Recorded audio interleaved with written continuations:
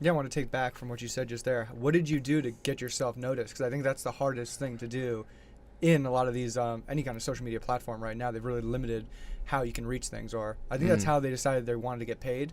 I think Facebook said, "Hey, we are going to filter off everything, and you have to pay us, or else only 10% of the people who even like your stuff, or you have a 20 million person following, Mm. are going to see your stuff," which Ye- makes no sense. It goes hand in hand with the censorship stuff too, because now a lot of these strategies I used to do, I don't know that they'd even work anymore. At first, when I was rapping, I knew no one would see me, so I started doing remixes and putting the title like instrumental remix, things that would pop up. So they started getting views, people would see it. I created something called an MC showcase where it was me calling out another rapper, calling out another rapper. So I kind of finessed it to try to get people to see each other's audiences, and slowly built. And then the big jump was I did one viral video about a false news story on a Delta airplane, and it got 7 million views. And then once that happened, I had a huge spike, and I had a good formula as far as how to sizing of the video, what to do. And now once I have the following, it's easier to keep it going. But with YouTube, I'm sure we'll talk about in a second, and even other social medias, they're really cracking down on how the independent person can get seen. When I started, the independent creators were all over the place and there wasn't a lot of corporate media, but now not only is corporate media everywhere on YouTube, but they make it almost impossible to find people. So you could have the best video or the highest rated, even the most views and comments, and they bury it now in the search bar. So a lot of my old strategies they're like slowly just like chipping away. They want everything, you know? Yeah, I know a lot of people in the YouTube space are always talking about, hey, the algorithm changed. But that's not just solely for YouTube. And they talk about that for Instagram, the hashtag you use, or what kind of post you're doing. Because like I said, those keywords and SEO even like come down to people coming and finding your stuff. I know whenever I put a new video out, whether it's the entire podcast episode or like these like mini doc experiences I put out, I got to be researching what people are going to be searching or typing in like phrases for them to go out and find those videos. And that's, again, a whole nother side and part of it. But what I'm noticing, like what you said, that's not even making a difference anymore. Because I think it was, we'll shout out this guy, Coffee Break. Are you familiar with him?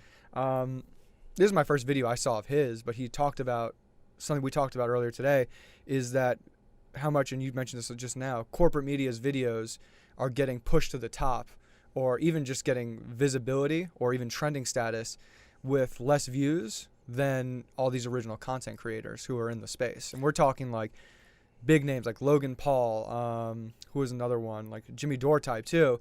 They need millions of views for their videos to get to trending. And then ESPN, who's putting out a news story every day, or they cut together a 5-minute segment of Stephen A. talking about this or that, and that's getting pushed up to the top. And it ends up being that's not what this platform is about. And these news people have kind of like got in there. Yeah, no, absolutely. So I'll explain the YouTube algorithm and the search algorithm, because a lot of people don't understand what they're doing, and it's very, in my opinion, nefarious and cruel and awful for content creators. So when you used to search on the search bar, say you search for Donald Trump or this or that, you'd get the highest liked, highest viewed. No matter if it was CNN or the individual person. But now they bury it so far, it's crazy. I did a test of Donald Trump, and Mac Miller's song has 40 million views. It should come towards the top, or there's videos with millions upon tens of millions of views. So many, whether it's left-wing people like Jimmy Dore or people that are right-wing or independent. Mac Miller's got a song named Donald Trump? Yeah, he's got a song, Donald Trump. It's an older song of his. I'm out of the loop. I'm so behind everything. But to find that song, even though it's got more views than everything else, you have to scroll almost 4 or 5 pages. So whether it's Donald Trump, An0maly, anything that's not political, the first 10 to 20 to 30 search results are now CNN, Fox News, Bloomberg, New York Times, Washington Post, all the corporate media, and they make it literally impossible to find your stuff. And they've rigged it further, and now it's at the point Jimmy Dore or someone else could have 30 million views, and you could search his name, and sometimes you still won't find his videos, even searching for his specific content. So they've gone so far to the point where no matter what you're searching for on almost every result, you will find 30 to 40 corporate videos that people were coming to YouTube to escape from. And it's not because they're higher rated. They're not paying for advertising. Sometimes people say to me, oh, they're probably paying for that spot. No, they're not only not paying, but YouTube and Facebook are paying them. They say they're fighting fake news by giving more money to corporate media and taking it away from the independent creator. So it's, in my opinion, pretty evil. And it's funny that Google used to have "Don't be evil" as their slogan, and they actually took it down a year ago, which was creepy. And then since then, they've pushed further and further and further. And what they did, the search algorithm's wrong, because no matter if you're Logan Paul, like you said, with 15 million views, they're going to show you a CNN or a Fox or a Bloomberg video with 5,000 views, maybe 2,000 down likes. You can't even find Elon Musk talking to Joe Rogan. At the very beginning, they had Elon Musk, Joe Rogan. You had to scroll through 30 things saying how dumb Elon Musk is, like, he's smoking weed and corporate media, 5,000 views, 1,000 down likes, 100 up likes. Like, no one wants to see that, but they say this is safe news. This is what you can trust, and everyone else is bad, no matter who you are. Like, just see what we want you to see. It's very authoritarian. Why have they done that? I think multiple reasons. The person who really looks into it could say they're trying to control everything, control the world, control the flow of information. On a lesser scale of why I think they might be doing it is the 2016 election, Donald Trump won, and a lot of people in big tech, celebrities and people who control these companies didn't want him to win.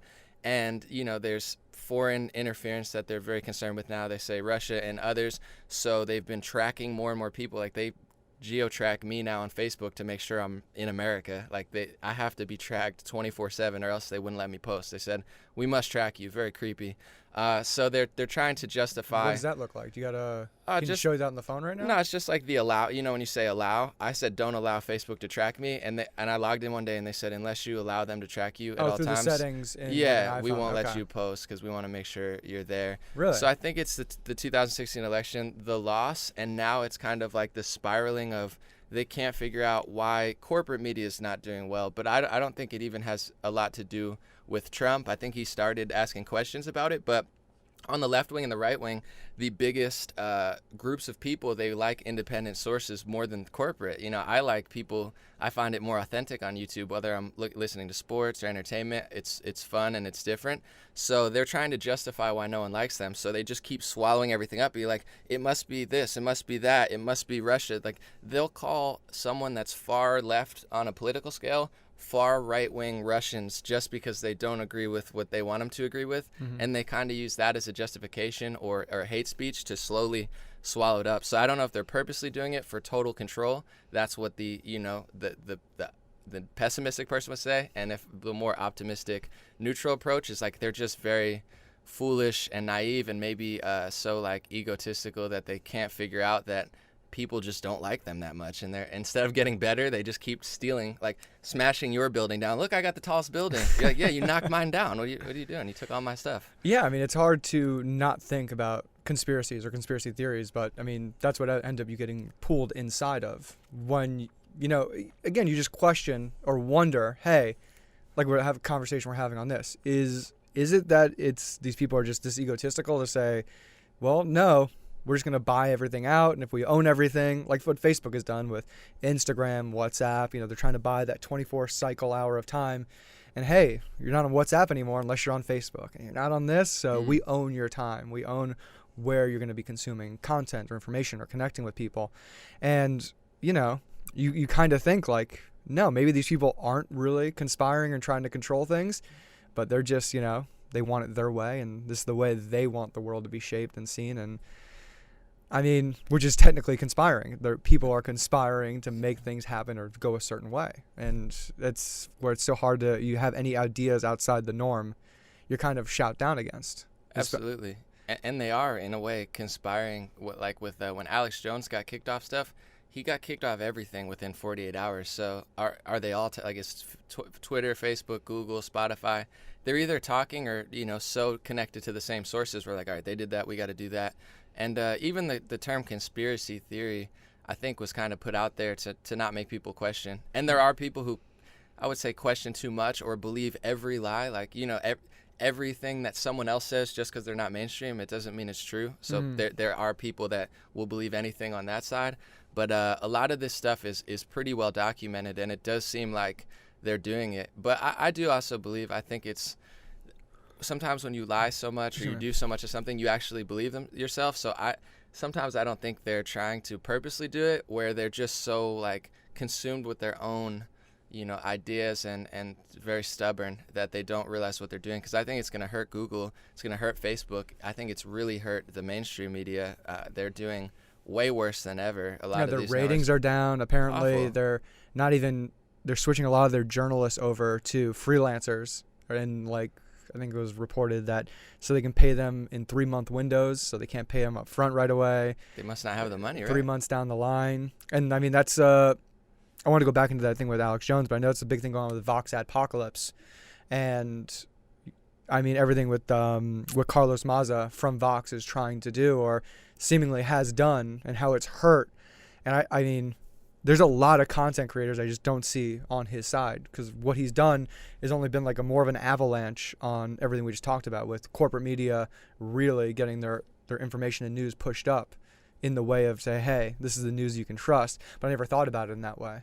Yeah, he's going to unite America, because it seems like gamers are mad, teachers are mad. Teachers who had videos of historical stuff like Nazi Germany, they're not promoting it, but you teach about it, so you have videos of it. They've taken a lot of that stuff down. They've taken so much money away from people that had nothing to do with it. So he kind of raised a storm, and that's where these companies, they're afraid, especially with social justice or any sort of like hate speech stuff. I get they're in a tough place, because if they don't do something, they get attacked by activists and they say, you hate gay people, or you're not standing up for us. But then if they do it, they tend to not be able to do it honestly. So it's a weird pickle they're in, and I feel like they constantly just keep doing the wrong thing. I get it's tough, but yeah, he really screwed over a lot of people by it. And I guess complaining and saying, take him down or demonetize him. Thank you, everybody, for tuning in. If you're watching this on YouTube, go ahead and click that subscribe button. You know all that YouTube stuff you got to do. And, yeah, plug it away. You got your Reddit, your Facebook, Twitters. Share it out there. It really helps us get exposure, because, as you can see and as we talked about, it's really hard to get your videos visibility, even on these platforms, for independent content creators.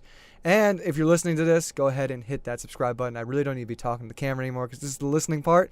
But subscribe, share, all that good stuff. I really appreciate it. And if you really like this stuff and you're still listening to me talk, we got a Patreon page, and there are plenty of ways to get exclusive access to the people I have on this podcast. With whatever unique thing or niche thing they do, there are plenty of ways that you can not only contribute, but you get unique access. If you want to go bobsled sliding out in Lake Placid, New York, we can make that happen. And we can get you on the ice with Olympic bobsledder Jared Firestone, who's been on the show, and there's a great video to do that. So go check out that Patreon page. And if you've been a guest on the show, let's find a way to give people some exclusive access to what you do and the unique things you do. But we're tuning out. We're the Bus Driver Experience. Have a great day, everybody. This is the moment for those who